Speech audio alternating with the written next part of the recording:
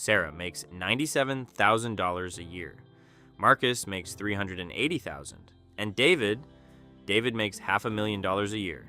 Three very different incomes. Three completely different lifestyles.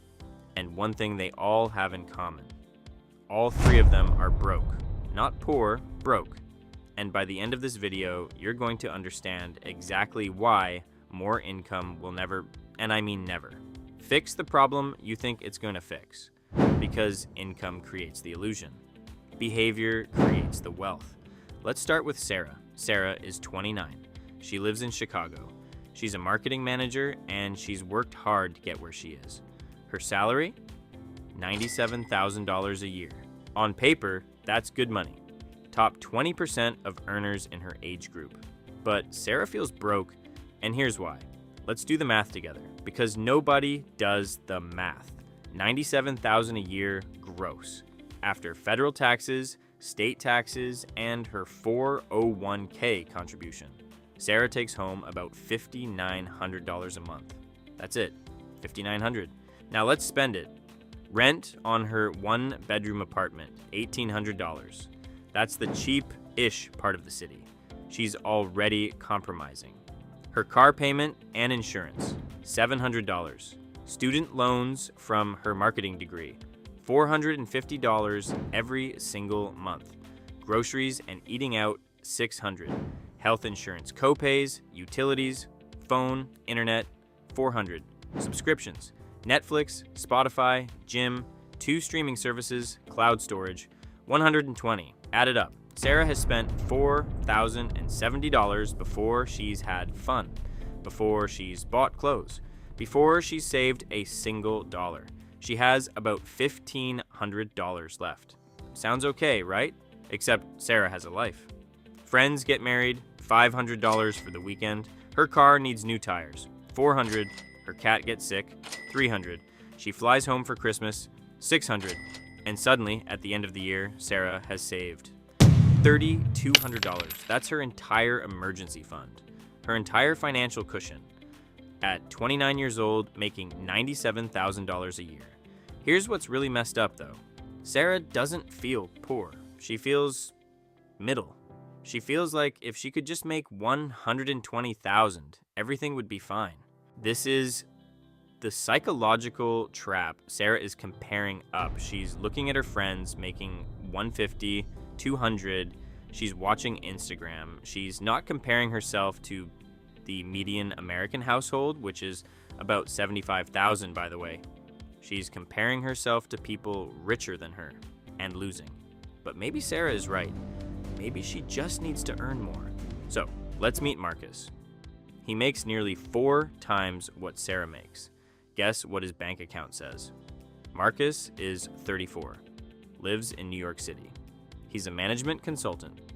One of the jobs everyone thinks means you're rich. His salary? $380,000 a year. Now, before we continue, take a second. Imagine what Marcus's life looks like. Fancy apartment, nice clothes, restaurants, vacations, savings, right? Wrong. Let me show you the real math. $380,000 a year sounds incredible. And it is until the government shows up. Federal income tax in Marcus's bracket, 32%. New York state tax, 6.85%. New York City tax, 3.87%.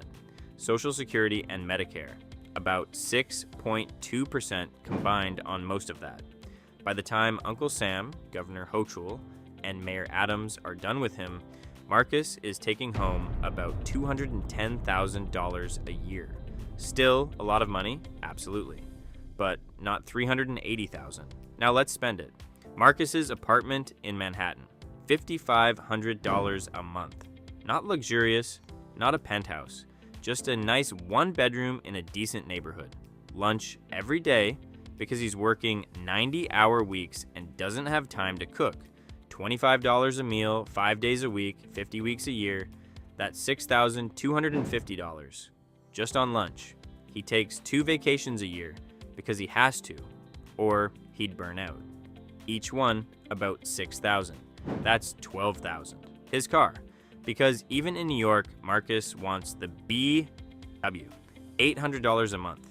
Gym, dry cleaning, haircuts, dating, $1,200 a month. Clothes for work because image matters in consulting, $5,000 a year. And here's the insidious part. Every time Marcus got promoted, his spending got promoted too. He got a raise, he moved to a bigger apartment. Bigger bonus, he bought nicer clothes. More money, more comfort. This is called lifestyle creep, and it destroys every salary level. But here's the part nobody talks about, and this is the thing I want you to really hear. Marcus can't afford to take time off. Not because he doesn't have the money, he has money. He has a salary most people only dream about. He can't afford to take time off because he doesn't have time. He works 65 hours a week. If he stops, the income stops. His lifestyle is built on this income. His apartment, his car, his vacations, his dry cleaning, all require him to keep running on the treadmill. Marcus is trapped. He makes $380,000 a year, and he cannot stop working for a single week without anxiety crushing him. His savings rate, 4%. 4% of $380,000. His net worth at 34, $180,000. Let that sink in. After 8 years of making top 1% income, Marcus has less saved than the average teacher saves over their entire career. Golden handcuffs. That's what this is called. Okay, but surely, at $500,000 a year, the problem solves itself, right? The more you make, the better it gets. That's how this works. Let's find out. Meet David. David is 45. He lives in the Bay Area. He's a tech executive at a mid-sized company. His base salary is $500,000 a year, plus equity. In a good year, he clears $800,000 total. David should be rich, $500,000 a year for 15 years. He should have a net worth that would make your eyes water. Let me tell you what David actually has. First, the Geographic trap. $500,000 a year in San Francisco is middle class. Not joke middle class, actually middle class. The median home in his neighborhood, $2.8 million. David's mortgage payment, $14,000 a month. Every month, property taxes, insurance, HOA, another $3,000. That's $17,000 a month just to live in his house. He has 2 kids, private school because that's what people in his zip code do, $40,000 a year.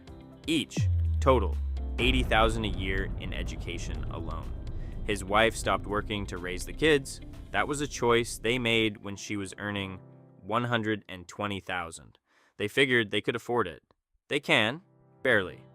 Family vacations, $20,000 a year. 2 cars, both leased, $2,200 a month combined. Groceries for a family of 4 in the Bay Area, $1,400 a month. Utilities, $600. Tutors, activities, sports, $1,500. David's life doesn't feel luxurious to him. It feels normal because everyone around him lives exactly like this. Now, here's the brutal part. David's net worth after 15 years of high income is $340,000. Most of it locked up in home equity. If David gets laid off tomorrow, he has 6 months of runway. 6 months at a $500,000 salary. And this is where the identity trap kicks in. David can't downsize, not because he can't physically move, but because his identity is built into this lifestyle. His wife expects it, his kids expect it, his neighbors, his colleagues, his parents who brag about him. He is the guy who made it. Downsizing would be admitting failure. So David works harder, longer, hoping the next promotion, the next RSU vest, the next bonus will finally break him free. Spoiler, it won't, because the math doesn't work. Every time his income goes up, his fixed costs creep up with it. So what went wrong? Sarah at $97,000, Marcus at $380,000, David at $500,000. 3 completely different income levels. Same broke reality. Because income was never the problem. Here's what I want you to understand. The thing I wish someone had told me when I was 22. wealth is not what you earn. Wealth is what you keep, invest, and compound. And there are 3 principles that decide which of those 3 you become. Principle 1, your savings rate matters more than your income. This is gonna sound crazy, but follow me. If you save 20% of a $65,000 salary and invest it at 8% for 30 years, you'll have about $1.6 million. If you save 5% of a $300,000 salary and invest it at 8% for 30 years, you'll have about $1.7 million. Read that again. Someone earning 5 times less, but saving 4 times more as a percentage ends up with nearly identical wealth. Income is horizontal, savings rate is vertical, and only vertical moves you up. Principle 2, lifestyle creep kills every salary level. Humans have something psychologists call hedonic adaptation. Whatever you have, you adjust to. A raise feels amazing for about 6 months, then it feels normal. Then you need the next one. Sarah, Marcus, David, all 3 had the same problem. Their spending grew to consume their income. No matter how much they made, the only escape? Keeping your fixed costs locked while your income grows. That's it. That's the entire secret. Principle 3, wealth equals assets producing income, not income producing lifestyle. This is the mindset shift that changes everything. Most people use income to buy lifestyle. Bigger apartment, nicer car, more vacations, consumption.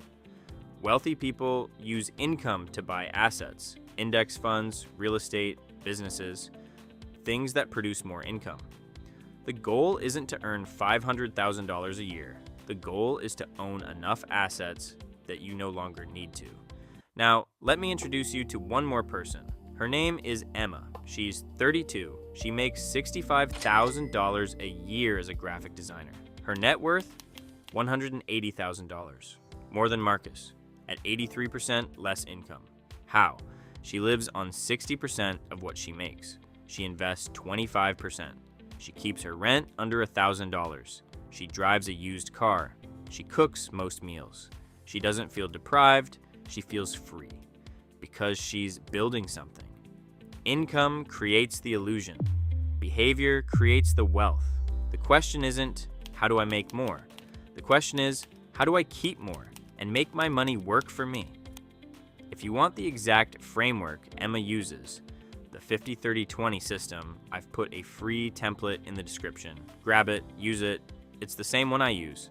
And next Wednesday, I'm doing a full deep dive on Emma's system, how she built $180,000 on a $65,000 salary. Subscribe so you don't miss it, because Money Made Simple isn't about earning more. It's about understanding the game. See you in the next one.